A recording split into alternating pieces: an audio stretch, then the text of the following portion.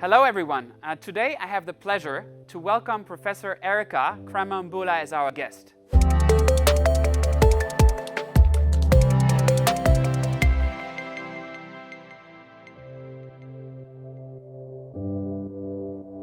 Erika is a professor at the University of Johannesburg in South Africa who specializes in analyzing innovation systems in Africa for economic development.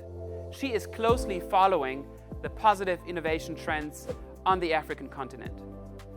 Among her pioneering studies is a deep look at innovation in the African informal sector, which represents as much as 80% of all urban employment in Sub-Saharan Africa. One can really see innovation across the whole of Africa with high levels of human ingenuity and energy in all different sectors. Innovation in Africa, that is the topic of today. Hello, Erika. How are you? Hello. Very well. Very happy to be here. It's good to see you again. Same, likewise. So today we'll be discussing, the hot innovation trends on the African continent, and we've prepared a few questions for you, if that's okay. So on the one hand, the gap between Africa and other world regions on innovation performance is still relatively large, at least if you look at most of the formal innovation metrics. So that's the bad side of the story. But then there's also a good one, right? We see a lot of optimism. For a number of years on the Global Innovation Index, countries have outperformed, African countries have outperformed on innovation, in many different respects.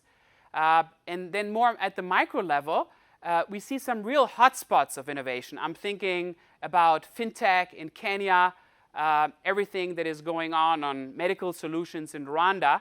And we recently also got data on venture capital, and it seems to be really blossoming in 2021 and even start of 2022 in Africa. So something is going on. Amongst these contradictory trends, where lies the truth? Well, it's a great question. And my opinion is that the landscape of innovation in Africa is a reflection of the landscape of development in the continent, which is uneven across countries and even within countries and even across sectors. So in my view, there are possibly two broad stories of innovation in Africa. There's the side of the picture that captures the types of innovation that one can compare with the rest of the world, innovation driven by research and development, new technologies, venture capital, as you say.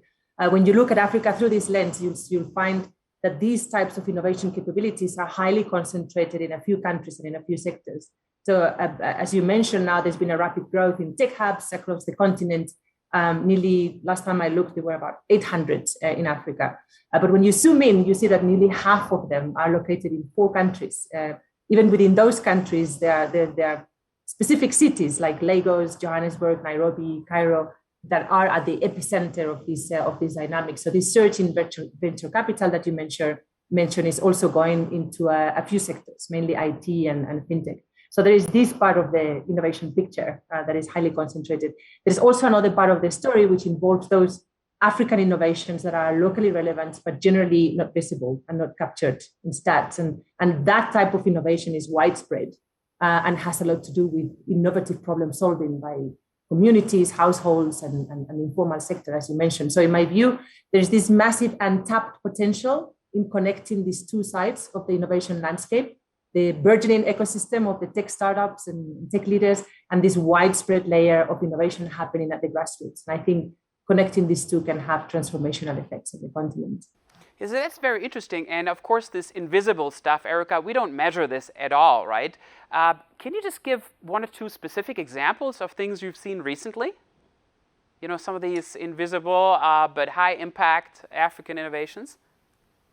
Yes, no, I think the pandemic has really given us excellent examples on how the informal economy is resilient and innovative and creative. We have seen in the African continent some of the early responses to track and trace systems, to the production of face masks, to hand washing stations, emerging very much informally, even community support.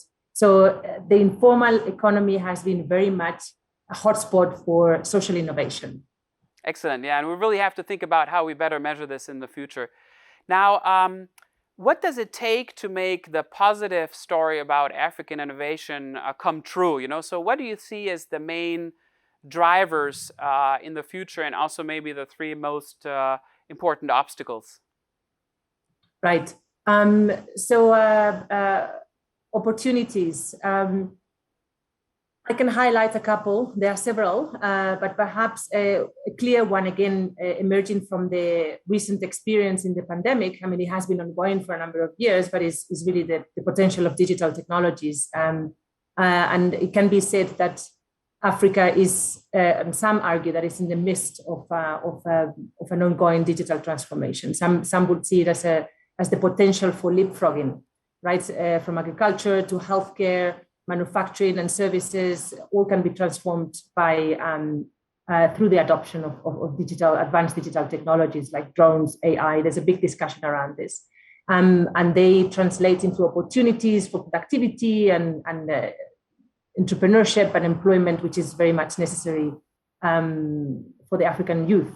A second space of opportunities, I would say, come in the shape of regional integration and the new developments that have taken place there. And the launch of the African Continental Free Trade Area last year presents many opportunities for building regional value chains. And it's quite interesting to see for instance, the digital payment platforms that are already being piloted to facilitate this intra-African trade. So I think these two spaces are probably quite interesting as opportunities.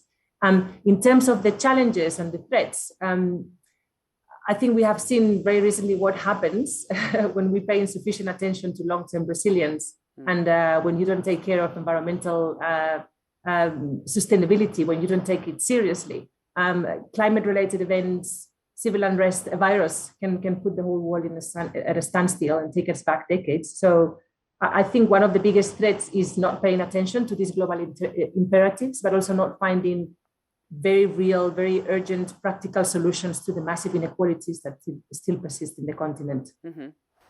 Picking up on this, I mean, I know that you advise many national governments in Africa and beyond.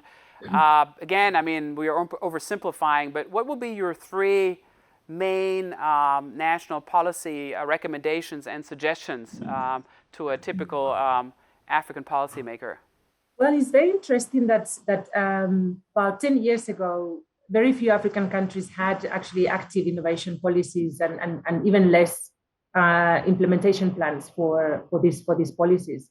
But now we see quite a lot of dynamism in the institutional and regulatory space surrounding innovation technology.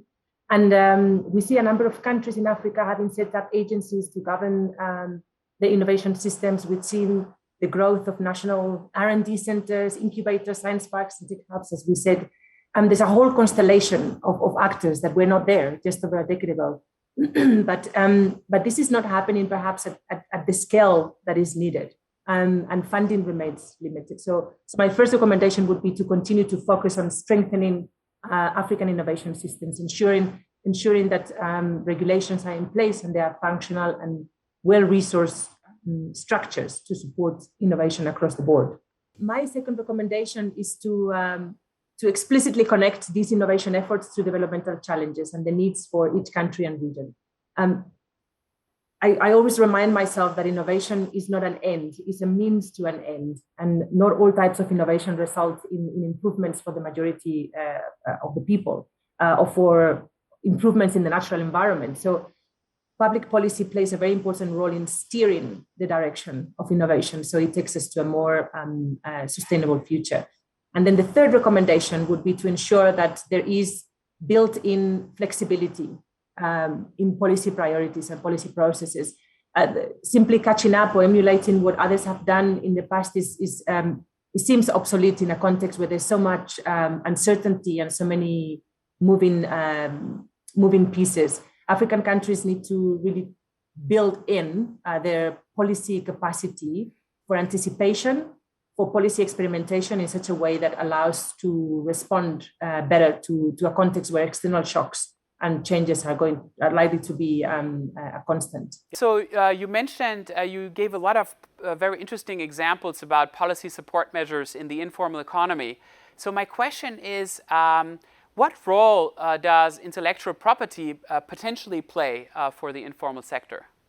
Yes, that's a great question. And in the studies that we've done, we had some interesting findings about intellectual property and the role it plays in innovation in the informal economy. So we found that predominantly actors in the informal economy tended to have a preference for sharing knowledge and for collaboration, perhaps to compensate for the lack of financial resources to do primary R&D, right? So collaboration becomes a way of obtaining knowledge and sharing knowledge in a way that facilitates innovation and coming up with new ideas. But it's interesting to see the different interpretations of knowledge appropriation. So if you look at knowledge appropriation as patents, yes, patenting is very limited in the informal economy, but there are other forms of knowledge appropriation that become relevant in that context. For instance, branding. So we saw that some of the most of the informal innovators, especially those that commercialize their products and services, they tended to use branding to reach specific niches of the market. And some of them, an interesting story in the case of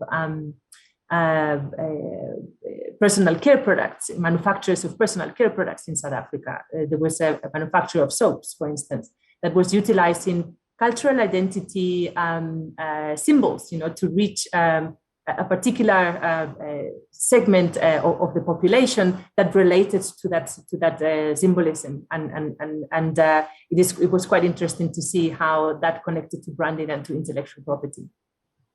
So you are one of the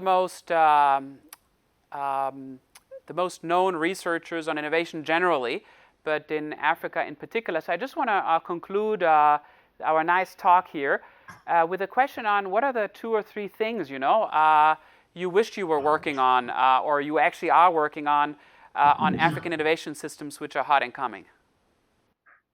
Great, and thanks for the very generous compliment. I'm very fortunate to be currently leading a research unit on transformative innovation, the 4IR, and sustainable development. We are based at the University of Johannesburg in South Africa, in partnership with a policy think tank in Kenya, the African Center for Technology Studies, and one of the world leading research centers in innovation studies, which is the Science Policy Research Unit at the University of Sussex. And this international partnership has become a great space for intellectual engagement and capacity building of the next generation of African thinkers, as we see in this field, but also very hands-on engagement with policymakers. We work with policymakers as research partners. So we have a policy experimentation lab related to the earlier comments that I made about how to build in the capacity to anticipate and be flexible in the context of rapid change, right? So policy experimentation becomes quite important in that space, and experimenting with new policy approaches in co-creation with policymakers is a very interesting space that we are working on. We're also focusing on a few intersecting themes that include green transformations, the role that innovation does and can play in supporting these type of transitions.